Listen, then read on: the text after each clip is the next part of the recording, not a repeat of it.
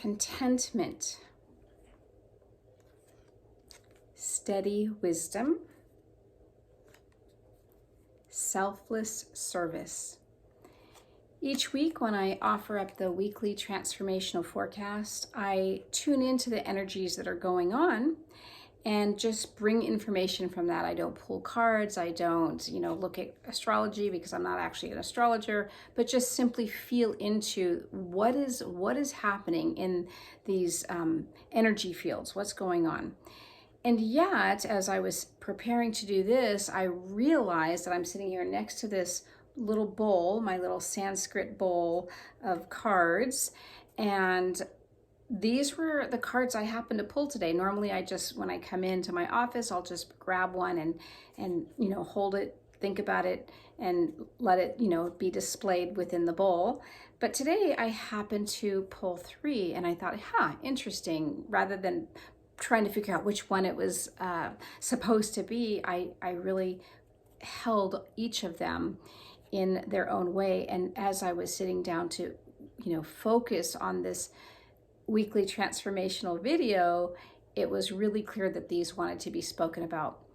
Hi, I'm Veronica Lee. This is your weekly transformational forecast for the week of August 29th, 2022. I'll begin with contentment. One of the things that's going on with our energies is that we are still in summer. There's still this outward expression, this outward attention, this need to keep expanding. And at the same time, we are moving toward fall. We're just about to hit September. And with that fall comes this, cycling slightly back inward.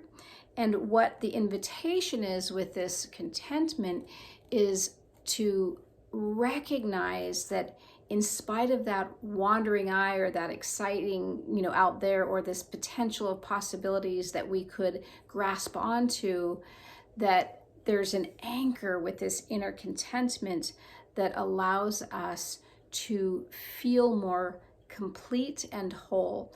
It's always available and always an option.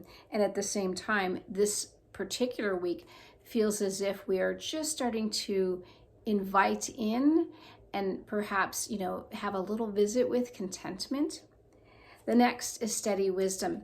Similar to contentment, it's ever available if we recognize it.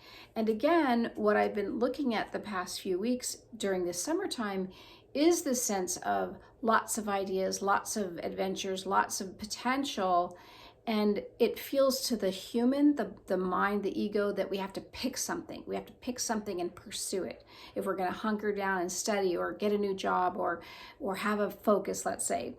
And with this recognition that there's this ever-present steady wisdom within us, we can start to not feel so panicked or grasping, to try to get something.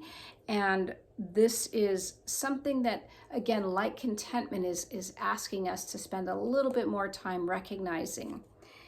And the last, and this is a little tricky to speak about, but it's the selfless service. And the reason it's tricky to speak about is we tend to often feel should or shame about service or self, right?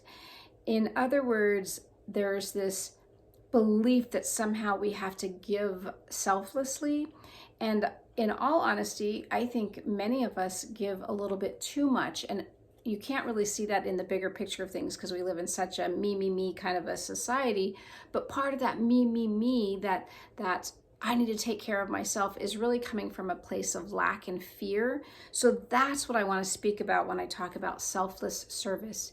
If we can come into this contentment that we are well, and if we can fall in line with the steady wisdom that is ever present, then we recognize that there isn't a lack to worry about holding on to that we don't give, right? So the selfless service is really about recognizing that we are able to give from the heart without fear when we feel more centered.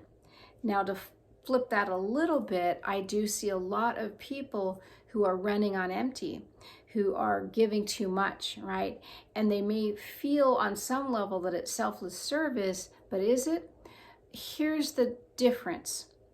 If you are giving selflessly of service because of a shame or a should, then is that selfless? Because there has to be a self in there that is feeling shame or should. There's an ego presence that is not feeling good enough or not feeling complete enough that it has to give in order to then be okay.